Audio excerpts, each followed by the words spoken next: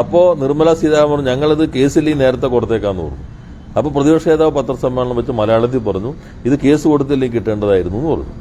നമ്മൾ മലയാളികൾ കുറച്ചു കാലമായി കാണുന്ന കാഴ്ച, നമ്മുടെ സംസ്ഥാനത്തെക്കുറിച്ച് BJPയുടെ കേന്ദ്ര നേതാക്കൾ ഇംഗ്ലീഷിൽ പറയുന്ന ആരോപണങ്ങളാണ് നമ്മുടെ പ്രതിപക്ഷ നേതാവ് ഉൾപ്പെടുന്ന കോൺഗ്രസ് നേതാക്കൾ പലപ്പോഴും മലയാളത്തിൽ മാധ്യമങ്ങളോട് പറയാറുള്ളത്. ഈ അവിശുദ്ധ BJP കോൺഗ്രസ് കൂട്ടുകെട്ടിനെ കൃത്യമായി പൊളിച്ചു കാട്ടുകയാണ് നമ്മുടെ വ്യവസായ വകുപ്പ് മന്ത്രി P. രാജീവ്.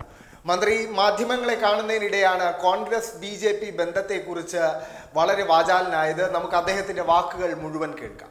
അല്ല, അവരിപ്പോൾ വെച്ചിട്ടുണ്ടെങ്കിൽ ഈ BJP ഇംഗ്ലീഷിൽ പറയുന്നു, ഇവർ മലയാളത്തിൽ പറയുന്നു. ഇപ്പൊ നിർമ്മല സീതാരാമൻ പറഞ്ഞു ഈ ഇത്ര പൈസ കൊടുക്കാനില്ല. ഇപ്പൊ സുപ്രീം കോടതി തന്നെ ഒരു കോസ് ഉണ്ടെന്ന് കരുതിയിട്ടാണല്ലോ അവർ പറഞ്ഞു നിങ്ങൾ ഉടൻ ഈ പൈസ കൊടുക്കൂ.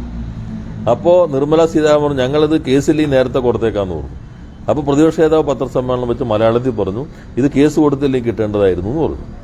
ഇപ്പോൾ വീണ്ടും കോടതി കേൾക്കണം. അപ്പോൾ എന്താണോ BJP അവിടെ പറയുന്നത് അത് പരിഭാഷപ്പെടുത്തുക എന്ന ദൗത്യമാണ് ഇപ്പോൾ കേരളത്തിലെ കോൺഗ്രസ് നിർവഹിക്കുമ്പോൾ. നിങ്ങൾ നോക്കിക്കഴിഞ്ഞാൽ രാഷ്ട്രീയമായി ഉപയോഗിക്കുന്നില്ല എന്ന് പറഞ്ഞു. കോൺഗ്രസ് നിയമപരമായിട്ടിത് ഉപയോഗിച്ചിട്ടുണ്ടോ? ഭരണഘടനാപരമായിട്ടുള്ള രാഷ്ട്രീയ പാർട്ടി എന്നതിൽ അവർ സമീപിച്ചിട്ടുണ്ടോ? അവരതിനകത്ത് ദേശീയ തലത്തിൽ ഇപ്പോൾ അവരുടെ നിലപാടെന്താണ്? അവരുടെ പ്രഖ്യാപനത്തിൽ തന്നെ ചിലർ പറഞ്ഞത് സംഘടനാ ചുമതലയുള്ള സെക്രട്ടറി പറഞ്ഞിരിക്കുന്നത് ആത്മാർത്ഥത ഉണ്ടായിരുന്നുവെങ്കിൽ എന്തിനാണ് ഇത് താമസിപ്പിച്ചതെന്നാ. അതിന്റെ മലയാളം എന്താ? മലയാളത്തിൽ തന്നെ പറഞ്ഞിരിക്കുന്നത്. അതിന്റെ അർത്ഥം എന്താ എന്നുവെച്ചാൽ നേരത്തെ നിങ്ങൾ എന്താ ചെയ്യാതിരുന്നത് എന്ന മട്ടിലല്ലേ സംഘടനാ സെക്രട്ടറിയുടെ പ്രതികരണം വന്നിട്ടുള്ളത്. അപ്പൊ യഥാർത്ഥത്തിൽ തരാതരം വർത്തമാനം പറയലാണ് കോൺഗ്രസ് ചെയ്യുന്നത്. കേരളത്തിൽ പറയുന്ന പോലെ അവർ പുറത്ത് പറയുന്നില്ല. ഇതിനകത്ത് ഒരു കൃത്യമായ നിലപാട് സ്വീകരിക്കും. ഇതിനകത്ത് മാത്രമല്ല BJP കൊണ്ടുവന്ന പല പ്രശ്നങ്ങളിലും ഒരു നിലപാട് സ്വീകരിക്കാൻ അവർ തയ്യാറാകുന്നില്ല. അപ്പൊ അവരാർക്കെതിരെ സമരം ചെയ്യുന്നത്? ഇപ്പൊ BJPക്ക് എതിരെയാണെങ്കിൽ ഈ രാഹുൽ ഗാന്ധിയും വേണുഗോപാലും ഇവിടെ മത്സരിക്കണം. ഇപ്പൊ ദക്ഷിണേന്ത്യയിലാണ് മത്സരിക്കണമെങ്കിൽ രാഹുൽ ഗാന്ധി ആദ്യം നോക്കേണ്ട സംസ്ഥാനം ഏതാ? ഇപ്പൊ 3 സംസ്ഥാനങ്ങളിൽ അവർ ഭരിക്കുന്നുള്ളൂ. ഒന്ന് ഹിമാചൽ 4 ലോക്സഭാ അംഗങ്ങളുള്ള, അതിപ്പോ പ്രശ്നത്തിലാണ്. ദക്ഷിണേന്ത്യയിലെ 2. ഈ ദക്ഷിണേന്ത്യയിൽ അവരുടെ ജോലി എന്താ? BJPയുടെ സീറ്റ് കുറയ്ക്കണം. കർണാടകയിൽ അവർ നല്ല വിജയം നേടി, BJP പരാജയപ്പെടുത്തി, നല്ല കാര്യമാണ്.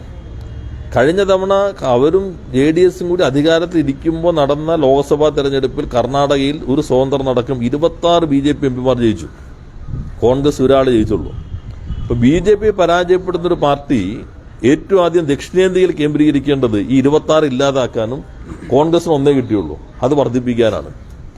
അതിനു പകരം കനൽ ഒരു തിരി കെടുത്താൻ 1.5 വരവ് എന്ന് പറഞ്ഞിട്ട് സംഘടനാ സെക്രട്ടറി ഏത് സാഹചര്യത്തിലും BJPക്ക് എതിരെയുള്ള ഏത് സംവിധാനത്തെയും പിന്തുണയ്ക്കുമെന്ന് ഉറപ്പുള്ള ഒരാളെ പരാജയപ്പെടുത്താനാണ് വരേണ്ടത്.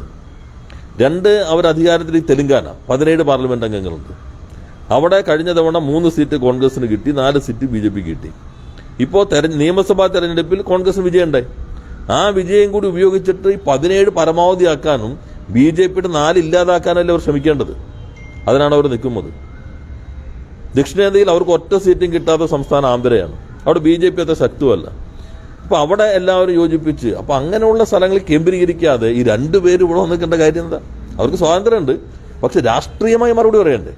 ആർക്കെതിരെയാണ് അവർ നിലപാട് സ്വീകരിക്കുന്നത്? അപ്പൊ കേരളത്തിലെ കോൺഗ്രസ് കൈകാര്യം ചെയ്യുന്നത് BJP വിരുദ്ധതയല്ല, ഇടതുപക്ഷ വിരുദ്ധതയുടെ രാഷ്ട്രീയമാണ്.